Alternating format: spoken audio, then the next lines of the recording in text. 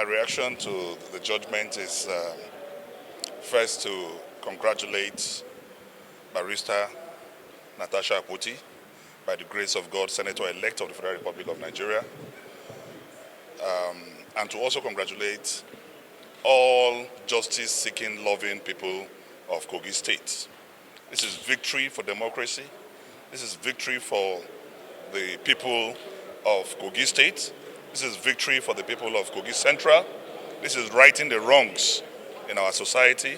And I want to assure you that the PDP is very, very happy with the judgment. The judgment of the trial court have been upheld by the Court of Appeal, and this showed clearly that the 2023 elections were manipulated, the figures were concocted, and we are happy that this has been righted by the court, and this has given total victory to the PDP in the central, and we are also looking forward to getting same at the eastern flank of the state. Kogi is PDP, PDP is Kogi, and this judgment have proven so. We also salute the tenacity, the bravery of Barrister Natasha Akpoti Uduagan.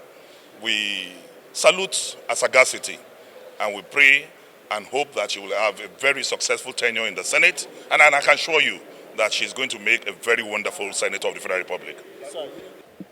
What Nigeria should expect from Kogi's election on the 11th of November is what the Court of Appeal have just done.